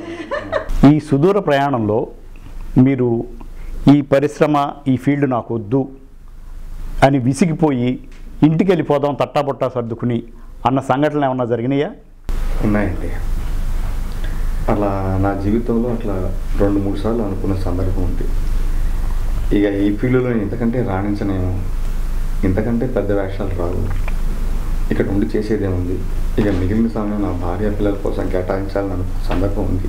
కానీ అట్లా అనుకున్న తరువాయి, అట్లా అనుకున్న రోజు 2వ రోజు ఏదో మంచి అవకాశం రావటం, అమ్మయ్య బాగానే ఉంది కదా, నేను మా అబ్బాయిని అడగకుండా నేను సంపాదించుకుంటున్నాను కదా, మళ్ళీ ఇంటికి వెళ్తే వాడే డబ్బులు ఇవ్వాలి కదా, వద్దులే ఇలాగే ప్రయాణించేద్దాం. ఇక బాగా బాధ అంటే అనిపిస్తుంది ఇంతకంటే ఎక్కువ అవకాశాలు. కానీ అది రోజు రోజుకి అది నాకు దూరం అవుతుంది. మంచి అవకాశాలు వస్తున్నాయి, ఇంకా నేను 10 మందికి సహాయపడగలనే నమ్మకం ఉంది కాబట్టి ఇప్పుడు దూరం అయిందంటే. మీకండి సేమ్ క్వశ్చన్ లేదండి. అంటే నా ఉద్దేశం ఏంటంటే, ఏ వస్తువు ఎక్కడ పోయిందో అక్కడే వెతుక్కుంటే హ్యాపీగా ఉండొచ్చని. నాకైతే నేను అనుకోలేదండి అలా. ఇందులో ఏదో ఒకటి సాధించాలనే పట్టుదలతోనే ఉన్నాను నేనైతే 100%. ఎందుకంటే నాకు ఇష్టమైన ఇండస్ట్రీ, ఈ ఫీల్డ్ నాకు చాలా ఇష్టం. మీకు బాగా బాధ కలిగించిన సంఘటన అంటే ఈ ఫీల్డ్కి సంబంధించి బాగా సంతోషకరమైన సంఘటన? ఒక షూటింగ్లో నేను ఆ డైరెక్టర్ పేరు చెప్పలేను కానీ అతని పర్సనల్ ఈగోని అడ్డం పెట్టుకొని నన్ను ఒక దశలో నన్ను బాగా టీచ్ చేశాడండి. అంటే నేను బాగా చెప్పినా కూడా బాగా నన్ను డిస్కరేజ్ చేసేవాడు. ఆ టైంలో అనిపించింది కాదు వాడిని కొట్టేద్దాం అనిపించేది, కానీ నటుడుగా అలా చేయకూడదు. అంటే నా సహనాన్ని ఒక 99% పరీక్షించాడు. అయినా కూడా నేనే నెగ్గాను. అలాగే సహనంతో ఉండి అతని మీద అంత కోపం ఉన్నా కూడా, అంటే నా ప్రయాణం అంటే నటుడుగా సాగాలి, నేను ఎవరికి కంటు కాకూడదు, ఏ ఒక్క వ్యక్తిని పోగొట్టుకోకూడదు, ఏ చిన్న అవకాశాన్ని పోగొట్టుకోకూడదు అనే ఒక జయంతో ఉన్నాను. కాబట్టి అంతటి బాధను కూడా దిగమింగుకొని నాకు ఇష్టం లేకపోయినా అతను చెప్పినట్టు విని ఆ అవమానాన్ని అలాగే మనసులో పెట్టుకొని ఆ వేషం చేశాను. అప్పుడు బాధేసింది, అప్పుడు అనిపించింది ఇట్లా కూడా ఉంటారు, సో ట్రై చేద్దాం, ఇంకా ప్రయత్నిద్దాం అలా అనుకున్నాను సార్. బాగా సంతోషకరమైన సంఘటన చాలా ఉన్నాయి సార్. నేను డీఫర్ దూకుడు అనే సినిమా చేశానండి. అందులో బ్యాంక్ మేనేజర్ వేషం. నానిగారు లాస్ట్ టైంలో ప్రొడ్యూసర్గా వచ్చి సినిమాని బాగా హెల్ప్ చేశారు. అందులో అదొక బ్యాంక్ మేనేజర్ క్యారెక్టర్ అండి, త్రూఅవుట్ క్యారెక్టర్. ఆ వేషాన్ని ఆడిషన్లోనే వాళ్ళు ముందు నన్నే అనుకున్నారు. అప్పుడు అనిపించింది అసలు ఫస్ట్ సైట్లోనే మొదటి చూపులోనంటే సినిమా అంతవరకు స్క్రిప్ట్ వచ్చిన తర్వాత వాళ్ళు ఇంకా అంతకుముందు 4-5 చూశారట, కానీ నన్ను చూసిన తర్వాత వాళ్ళు దే ఫిక్స్డ్ ఇతను బ్యాంక్ మేనేజర్ ఫ్యాక్ట్ అంతే. ఇంకా అట్లా నాకు చాలా ఆడిషన్స్లో కానీ ఈ సెలక్షన్లో కానీ ఆ మాటకు వస్తే నేను అట్లా అంటే ఒక విధంగా చెప్పాలంటే రోజు అలాంటి ఆనందాన్ని అనుభవిస్తూనే ఉంటాను. అంటే వాళ్ళు అనుకున్న దానికంటే బాగా యాక్ట్ చేసినప్పుడు వాళ్ళ ముఖంలో చూస్తే ఆ ఆనందం, అంటే వీడు బాగా చేశాడు అని చెప్పకపోయినా నాకు తెలుస్తుంది. అవును. ఒకవేళ ఇంకోటండి, మన అంతరాత్మ తెలుస్తుంది. అసలు మనం బాగా చేయలేకపోతే మనకే తెలుస్తుంది. ఒక డైలాగ్ బాగా చెప్పకపోతే నాకే తెలుస్తుంది, అరే నేను బాగా చెప్పలేదే అని నాకు నేనే గిల్టీ ఫీల్ అయ్యి మళ్ళీ నెక్స్ట్ టేక్ ఉంటే దాన్ని అంతకంటే బాగా చెప్పడానికి ప్రయత్నించేవాడిని. ఈ మధ్య కాలంలో మీరు సంతోషం ఉన్నారు కాబట్టి ఎక్కువ నాకు ఒక ఎంకరేజ్మెంట్, ఆనందం, అంటే ఒక రోజుకి ఆనందం పెంచుకుంటూ వస్తున్నాను. అంటే అలాంటి అవకాశాలు వస్తున్నాయి. అంటే మీ వృత్తిలోనే మీరు ఆనందాన్ని వెతుక్కుంటున్నారు. అంటే నిన్నటి కంటే ఈరోజు బాగుంది, మొన్నటి కంటే నిన్న బాగుంది, నిన్న కంటే ఈరోజు బాగుంది, ఈ రోజు కొంటే అది బాగుంటుందన్న నమ్మకం. ఓకే. ఆ నమ్మకంతో హుషారుగా ఇలా ప్రయాణిస్తూ చాలా మందికి దోహదపడుతున్నాం. అది మాకు తృప్తిగా ఉంది. అంటే మేము దోహదపడటం అంటే మేమేం చేయట్లేదండి, మేము వాళ్ళకు దోహదపడుతున్నాం. ఆ దోహదపడే అవకాశం ఈ మేనేజర్లు, ఈ కో డైరెక్టర్లు వీళ్ళు ఇస్తున్నారు. మీరమ్మా? రీసెంట్గా మేము ఒక ఫిలింలో ఓల్డేజ్ హోమ్లో క్యారెక్టర్లు చేసామండి, పోసాన్ గారి కాంబినేషను. అయితే అసలు చాలా మంచి వేషం సార్. అంటే మాకు వృద్ధాప్యం వస్తుంది అని అనుకుంటే ఫీల్ అయిపోతాం. అంటే చిన్నపిల్లలాగా నటించాలి. ఆ అమాయకత్వం చాలా బాగా చేశానండి. పోసాని గారు కూడా అసలు చాలా బాగుందమ్మా అన్నారు. అట్లనే అనంత్ గారు, ఏంటి మీ ఇంట్లో చిన్నపిల్లలు ఉన్నారా అని అడిగాడు. అంటే అంత బాగా చేశారు అని నిజంగా ఆ రోజు నిజంగా చాలా హ్యాపీ అయ్యానండి నేను. ఆ తర్వాత మీరు బాధపడే సంఘటనలు అంటే బాధపడే సంఘటనలు 100% ఉంటాయండి. ఎలా అంటే వాళ్ళు రోజుకు ఒక 5 సీన్లో 6 సీన్లో, సీరియల్ అంటే ఓ 10 సీన్లు పెట్టుకుంటారు. వాళ్ళ హడావిలో వాళ్ళు ఉంటారు. వాళ్ళు వీళ్ళని ఏమన్నా అనాలా, వాళ్ళని ఏమన్నా అంటే వాళ్ళకి ఉద్దేశం ఉండదు, దవాళ్ళ పాపం అనేస్తారు. ఆ మాటకి కొద్దిగా మనకి బాధాకరం అనిపిస్తుంది. కానీ ఈ మాటలకి మనం ఎప్పుడు అంటే దీన్ని దాటి మనం వెళ్ళాలి అనేది మేము ఆలోచిస్తామండి. భద్రం గారు కానీ నే కానీ అంటే వీటికి దూరంగా మనం అంటే దీన్ని దాటి మనం వెళ్ళాలి, అంటే ఇంకా చేయాలి, ఇంకా మనం ఇంకా వెతుకోవాలి, అంటే దశ దాటాలి, మనల్ని టీచ్ చేసే దశ దాటాలి, మనం అప్రిషియేట్ దశ రావాలంటే మనం ఏం చేయాలి, దీన్ని అధిగమించాలి. కానీ అదైతే దాటామండి, మేమైతే అది దాటాము. ఇందాక సంతోషం అని చూడండి, ఆ సీన్లో నేను కూడా యాక్ట్ చేశాను. చాలా బాగా చేసిందండి. అంటే చిన్న పిల్లగా, అంటే తన ఇంట్లో తన మనవాళ్ళు ఉంటారు కదా, మనవాళ్ళు ఎలా బిహేవ్ చేస్తారు, తను కూడా చిన్న పసిపిల్లగా మారిపోయింది. అంటే ఈ వృద్ధాప్యంలో అక్కడ అనాథ ఆశ్రమంలో గిరిబాబు గారు, సంగీత గారు పెద్ద కాంబినేషన్ అండి. అనంత్ గారు, నేను కూడా మీ ఇద్దరు కలిసి మేము జోడి అందులో కూడా మేము డైరెక్టర్ బాగా మెచ్చుకున్నాను. నాకు కూడా అనిపించింది, ఓహో శ్రీకుమారి ఒక మంచి ఆర్టిస్ట్ అయింది, ఓహో నా ఆశయం నెరవేరింది. ఇక తను ఏ వేషం వేసినా కూడా చేయగలను నమ్మకం. ఆ నమ్మకంతో నేను గట్టి నిజం సార్, నేను ఏదైనా ఆఫీస్కి వెళ్తే నేను నా కోసం కంటే అంటే ఆవిడ కోసం ప్రయత్నిస్తున్నాను, ఆవిడ కూడా తన కోసం కంటే నా కోసం ప్రయత్నిస్తుంది. That is friendship. మేమిద్దరం ఒకరి కోసం ఒకరు. నిజమండి. అంటే ముందు నా వేషం గురించి నేను ఆలోచించిన ఆఫీస్కి పోతే శ్రీకుమార్ని ఉందా లేదా, అసలు ఆవిడకి ఎలాగైనా ఇందులో వేషం పెట్టాలి, మనం ఎంతవరకు ప్రయత్నించగలను, నేను ఎంతవరకు. ఎందుకంటే సార్ నేను కాకుండా ఇంకో ఆర్టిస్ట్ని కన్విన్స్ చేయడం, అందులో లేడీని నా చుట్టూ తిరిగేవాళ్ళు అంటే ముందు వాడికి జలసీ ఉంటుంది, యాంటీ ఉంటుంది, ఏంటి ఆమె గురించి చెప్తున్నావు అంటాడు, ముందు నీ సంగతి చూసుకుంటారు. కానీ అట్లా ఎవరు మమ్మల్ని ఇంతవరకు అనలే. ఎక్కడో అరాకూర ఒక చోట అనొచ్చు, కానీ మమ్మల్ని బాధ పెట్టే సన్నివేశం రాలేదు. ఓకే, ఈ సుదూర ప్రయాణంలో మీకు గురువులు కానీ, మీకు చేదోడు వాదోడుగా ఉన్న సపోర్ట్గా ఉన్నవాళ్ళు, వాళ్ళు ఎవరెవరు, ఎప్పుడెప్పుడు అలా కలిశారు, ఎలా సహాయం చేశారు మీకు? అయ్యో, గురువులు చాలామంది ఉన్నారు సార్. నేను ఇక్కడ దాకా వచ్చానంటే అంటే చిన్నప్పటి అంటే నా నట జీవితంలో, నట ప్రయాణంలో, అంటే స్కూల్ దగ్గర నుంచి, ఉద్యోగం దగ్గర నుంచి, అంటే ఉద్యోగంలో కూడా బాగా నాటకాలు వేసేవాడిని. ఈ టీవీ దగ్గర నుంచి, సినిమా దగ్గర నుంచి అలా చెప్పుకుంటూ పోతే నేను గంటల తరబడి చెప్పుకోను, సమయం లేదు. నాకు స్కూల్లో మాకు ఎం సత్యనారాయణ గారు ఒక టీచర్ గారు ఉండేవాడు. అసలు నాకు మొదటిసారిగా స్కూల్లో నాటకంలో ఒక వేషం ఇచ్చి అప్పుడే నాకు బెస్ట్ యాక్టర్, మొదటిసారి జీవితంలో రంగస్థలం మీద నాటకం వేసే అవకాశం ఆయన నాకు ఇచ్చి మొదటిసారి ఎక్కినప్పుడే నేను బెస్ట్ యాక్టర్ స్కూల్లో ఎం సత్యనారాయణ గారు.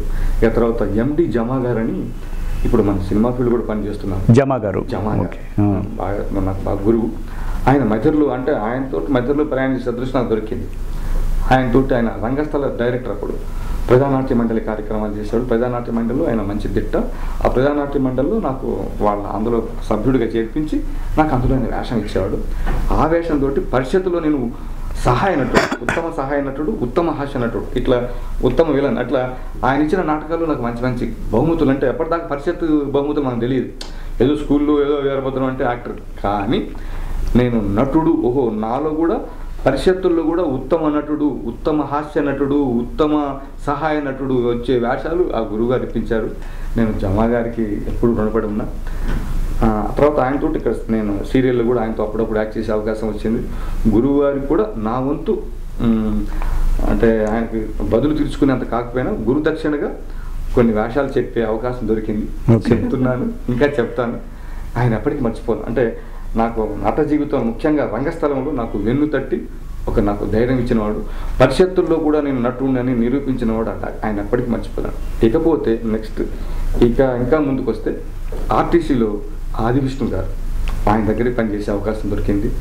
ఆయన మంచి హాస్య రచయిత, ఆయన సెక్షన్లోనే పెట్టుకున్నాడు. ఆయన నాకు అసలు నేను ఆర్టీసీలో ఉద్యోగం చేస్తూ అందులో ఉన్నానంటే ఆ మహానుభావుడు వల్ల. నేను ఒక ఉద్యోగం ఒక కాంపిటీషన్లో ఆర్టీసీలో నాకు ఉత్తమ నటుడు అవార్డు వచ్చింది, ఆర్టీసీ కాంపిటీషన్స్లో. అండి అప్పుడు నాకు ఒక మెంటలీ రిటైర్డ్ అమ్మాయి ఉందండి. నేనేంటంటే అంతకుముందు ఆ అమ్మాయిని ఎక్కడైనా హైదరాబాద్కి తీసుకొచ్చి వైద్యం చేయించుకునేంత స్తోమత నాకు మధ్యలో లేదు.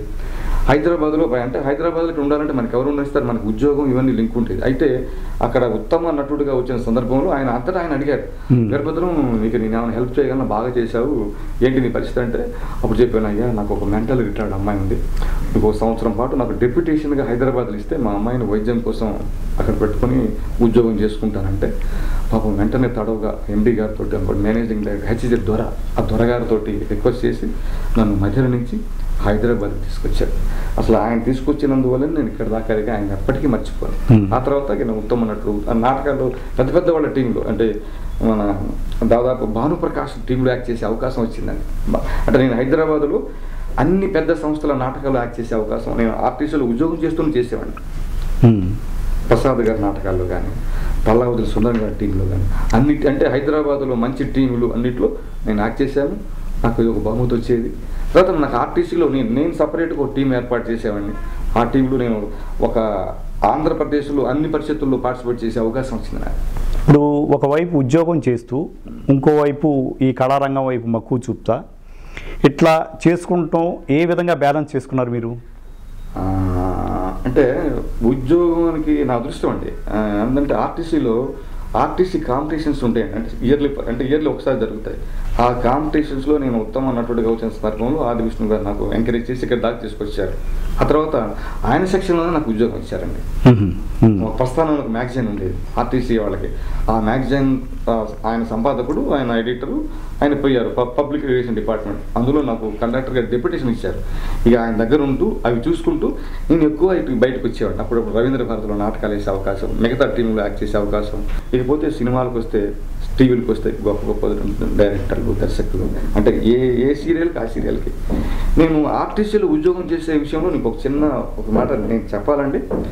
నేను ఆర్టీసీ గెస్ట్ హౌస్లో చేసేవాడిని. గెస్ట్ హౌస్లో కేర్ టేకర్ డెప్యుటేషన్ చేశారు కదా. అప్పుడు ఒకరోజు మన సముద్రం శ్రీనివాస్ గారు అప్పుడు ఈటీవీలు నేరాలు ఘోరాలు చేసేవాడు. ఓకే.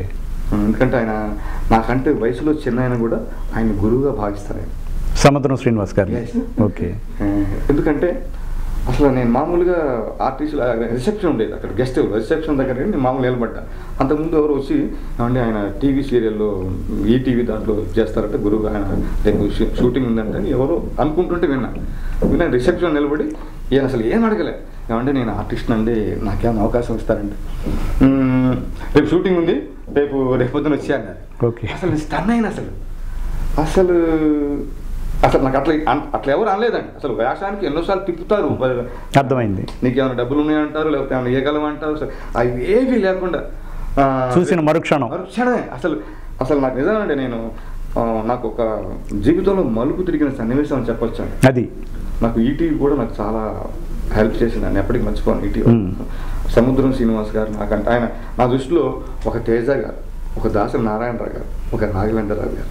అంటే వాళ్ళని ఎలా గౌరవిస్తానో ఇతను అంత గౌరవిస్తాను. అంటే నాకు ఇప్పటికీ నమ్మకం ఆయనకు గొప్ప దర్శకుడు అవుతాడు, నాకు మంచి వేషం ఇస్తాడు, ఆయనతో నా కెరీర్ ఇంకా ప్రయాణిస్తానని నమ్మకం నాకు ఉందండి. అట్లా ఇంకా చాలామంది అంటే మనకు టీవీ సీరియల్ చాలామంది డైరెక్టర్లు, చాలామంది సినిమాలో కూడా అయోధ్య కుమార్ గారు మెణుగురులో నాకు ఆ వేషం ఇవ్వటం నిజంగా నాకు ఇష్టం. అంటే ఆయన నా ఆడిషన్ చూసి, నా తపన చూసి అసలు ఆ వేషానికి అంతకుముందు చాలామంది అనుకున్నారు.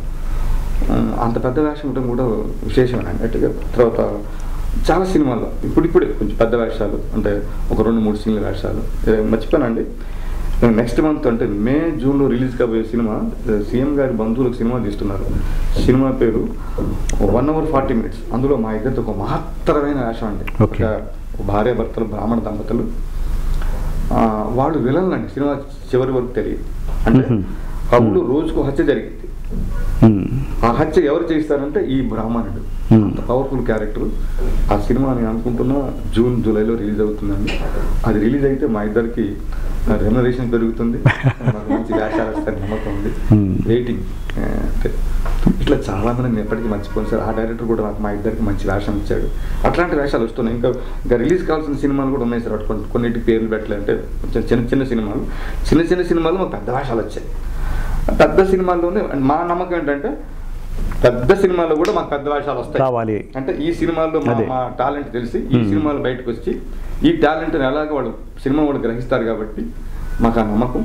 ఇప్పుడు మాకు పెద్ద వేషాలు వస్తున్నాయంటే మనం ఏదైనా మామూలు టీవీలో వేషం అడిగితే భద్రం గారు మీకు పెద్ద వేషం ఇస్తామండి వద్దు అంటే నేను పొరపాటు వాళ్ళు పిలిచి పెడితే అయ్యో సార్ ఇది ఒక్కరోజు వేషం అండి వద్దు భద్రం గారు, మీకు నేను పెద్ద వేషం ఇస్తాను. శ్రీకుమారి గారు ఇది చిన్న వేషం అమ్మా, మీరు వద్దమ్మా, మీకు నేను వేరే పెద్ద. అట్లా మా ఇద్దరిని ఒకళ్ళు మీ ఇద్దరం వెళ్తే కూడా భద్రం గారు మీ ఇద్దరికి వేరే వేషం ఉంటుంది, ఈ రోజు ఆగండి మీకు నెక్స్ట్ షెడ్యూల్లో మీకు వేషం. అట్లా సముద్రం శ్రీనివాస్ గారు ఒక మొన్న లేటెస్ట్ సీరియల్లో ఇద్దరు మిస్ అయ్యాను. మా ఇద్దరు భార్యాభర్తలుగా ఇస్తారు. అంటే మా ఇద్దరికి బిజీ వల్ల క్లాష్. ఈ మధ్య మాకు రోజుకు 2 షూటింగ్లు వస్తున్నాయి. ఒక రోజు నాకు 3-4 కూడా వస్తుంటాయి. ఆ దశకు వచ్చాను చెప్పడానికి సంతోషపడుతున్నాను.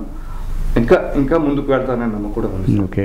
అండ్ ఇంకొకటి, ఇంటర్వ్యూ మొదటి నుంచి మా గురువు గారు వీరభద్రం గారు అని చెప్తున్నారు. మీరు వీరభద్రం గారు కాకుండా ఇంకా మీకు ఎవరన్నా గురువులు కానీ మార్గదర్శకులు కానీ ఎవరైనా ఉన్నారా? హోల్ అండ్ సోల్ నేను ఒక్కరేనా?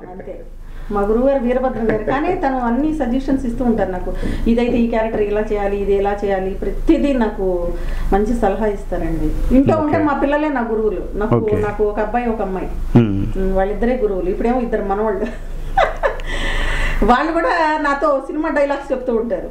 ఓకే సార్, ఇక్కడ నన్ను కూడా తన గురువుగా అనుకుంటుంది కాబట్టి నేను ఆ గురువుకి న్యాయం చేయాలనే ఉద్దేశంతో నేను ఇంకా ఆవిడకి ఏం చేస్తే బాగుండు, ఆవిడ అభివృద్ధికి, ఆవిడ నటిగా ఇంకా ఒక మెట్టెక్కడానికి నేను ఏం చేయాలని ఎప్పుడు ఆలోచిస్తూ అట్లా మా గురువుని మించిన శిష్యురాలు చేయాలనే తపన మీకు. ఇప్పటికే ఆల్రెడీ గురువుని మించిన శిష్యురాలు అయింది. ఇంకా అంటే ఫీల్డ్లో కూడా అంటే ఒక తెలంగాణ శకుంతల్లాగా, ఒక మంచి మదర్, ఒక అన్నపూర్ణమ్మ లాగా అలాంటి వేషాలు చేయగల కెపాసిటీ తనలో ఉంది. అది పరిశ్రమ ఆమె అట్లా గుర్తిస్తారన్న నమ్మకం నాకుంది. ఎందుకంటే ఈవిడ చేసే సినిమాలు మొట్టమొదటి ప్రేక్షకుని నేను, ఈవిడ వేసే వేషాలకు నేను మొదటి ప్రేక్షకుని. అంటే నేను ముందు ఇలా ఉండాలని కోరుకుంటాను. బట్ తను అక్కడ దాకా వచ్చింది. అంటే ఒక మామూలు గురువుని నిజం సార్, అదే. మామూలు గురువుని ఈ స్థాయికి వచ్చి ఇదే ఎగ్జాంపుల్, మీ ఇంటర్వ్యూ దాకా వచ్చామంటే కొంత దూరం ప్రయాణించినట్టే కదా. అవును. అలా అనుకుంటున్నాను. అదే ఇంకా మంచి ఆర్టిస్ట్ నమ్మకం నాకు, అంటే ఒక మనోరమలాగా అవుతున్న నమ్మకం నాకు. ఓకే, మీ నమ్మకాన్ని తప్పకుండా నిలబెడుతుంది ఆవిడ. థ్యాంక్స్ అండి వీరభద్రం గారు, అలాగే థ్యాంక్స్ అండి శ్రీకుమారి గారు, మీ అమూల్యమైన అభిప్రాయాలు మాతో షేర్ చేసుకున్నందుకు. అండ్ ఇలాగే మీరు ఒక చక్కని జంటగా సినిమాలో వెండి తెర మీద కనులారా మేము చూడాలని మనస్ఫూర్తిగా కోరుకుంటున్నాం. Thank you sir. Eagle media works వారికి, యాజమాన్యానికి, సిబ్బందికి మాకు అవకాశం ఇచ్చిన మీ అందరికీ ధన్యవాదాలు. నమస్తే అండి. All the best. Thank you. Like and subscribe Eagle Media Works.